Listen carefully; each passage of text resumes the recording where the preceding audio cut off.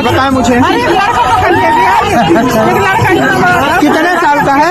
इतना बड़ा था, एक लड़का आया बैठ के मोबाइल चलाने लगा, उधर ले गया। महाकुंभ में पिछले कुछ दिनों से बच्चों के गायब होने की घटनाएं हो रही थीं। पहले दिन शिविर के पास से एक 8 साल की बच्ची गायब हुई। अगले दिन 10 साल का एक लड़का लापता हो गया। धीरे धीरे यह सिलसिला बढ़ने लगा। यह खबर पुलिस तक भी पहुंची, लेकिन महाकुंभ जैसे विशाल आयोजन में इतने लोगों के बीच सुराग मिलना मुश्किल था।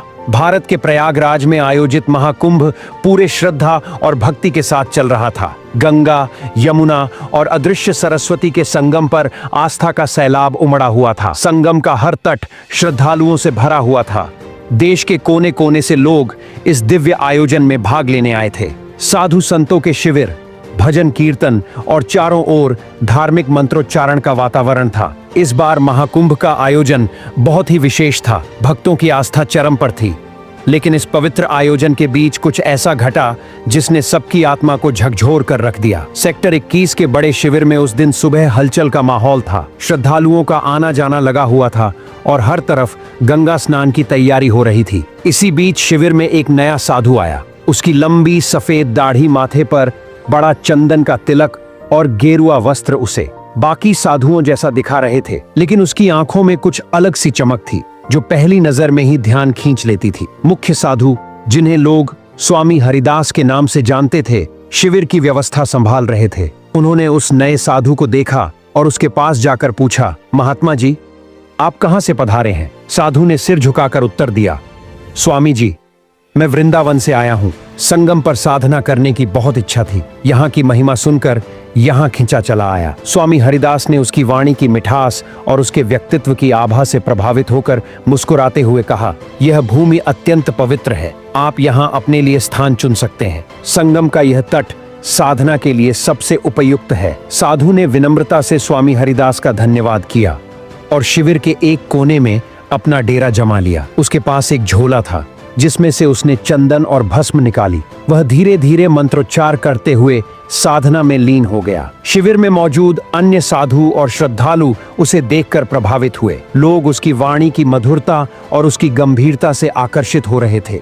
कुछ ही देर में उसके चारों ओर लोगों की भीड़ लगने लगी। वह प्रवचन देने लगा और उसकी बातें सुनने के लिए लोग मंत्रमुग्ध होकर बैठ गए। लेकिन साधु की आंखों में जो चमक थी वह साधारण नहीं थी। उसकी नजरें लोगों की भीड़ में घूम रही थीं, खासकर बच्चों पर। उसका झोला केवल चंदन और भस्म से नहीं भरा था, उसमें कुछ और भी था। खिलौने, मिठाइयाँ और छोटे छोटे गहने, यह सब उसने बच्चों को आकर्षित करने के लिए रखा था। शिविर में काम करने वाला 16 वर्षीय अर्जुन, जो स्वामी हरिदास का शिष्य था, ने महसूस किया कि नया साधु कुछ अलग है। उसकी आंखों में एक अजीब सी चमक थी। अर्जुन ने कई बार देखा कि साधु रात में शिविर से गायब हो जाता था।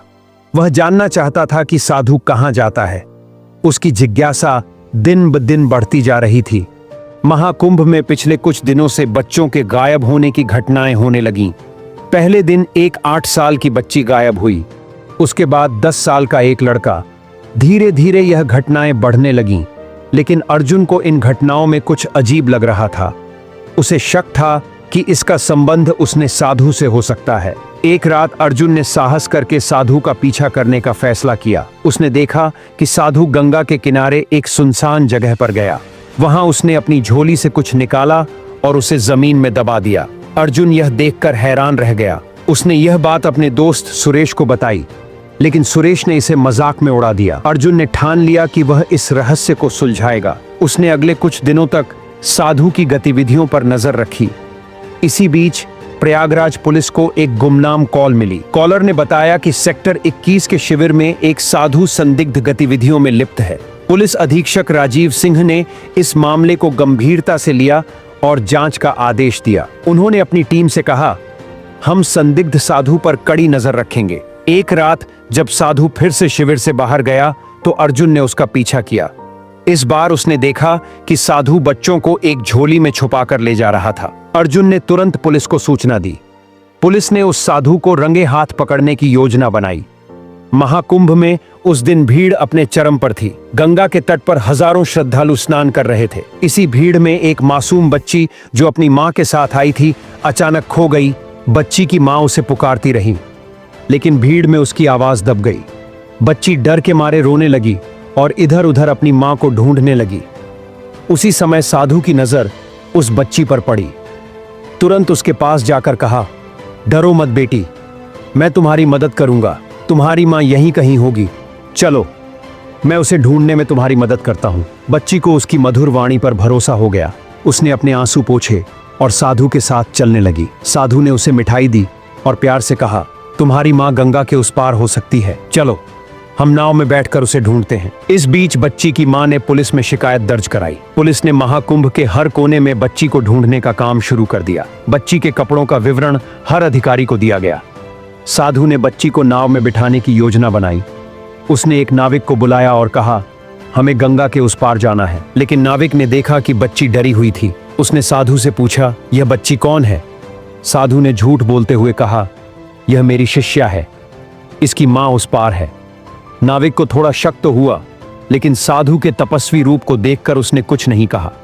इस बीच पुलिस को सूचना मिली कि एक संदिग्ध साधु को बच्चों के पास देखा गया है। उन्होंने तुरंत गंगा के किनारे गश्त बढ़ा दी। जैसे ही नाव गंगा के बीच पहुंची, बच्ची ने घबराकर साधु से कहा, मुझे मेरी मां के पास ले चलो। लेकिन साधु ने उसकी बातों को अनसुना कर दिया। बच्ची ने चुपचाप गंगा की ओर देखा और अपनी मां का नाम पुकारा।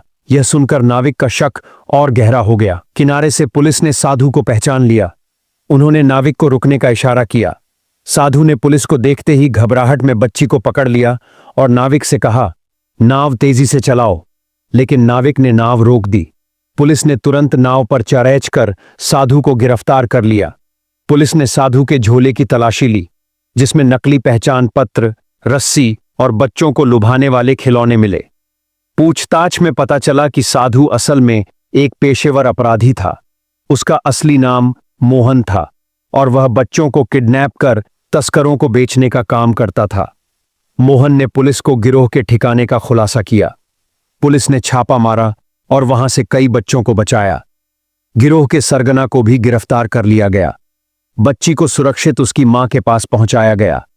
उसकी मां ने गंगा तट पर खड़े होकर भगवान का धन्यवाद किया। यह घटना महाकुंभ में एक बड़ी सीख बन गई। आस्था के साथ सतर्कता भी जरूरी है। इस घटना के बाद महाकुंभ में सुरक्षा व्यवस्था को और मजबूत कर दिया गया।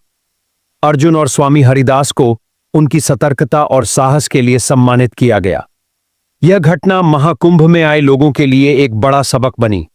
इसने सिखाया कि आस्था के साथ सतर्कता भी जरूरी है। अगर आपको यह कहानी पसंद आई हो तो इसे लाइक और शेयर करें। साथ ही चैनल को सब्सक्राइब करना ना भूलें। कमेंट में हर हर महादेव जरूर लिखें।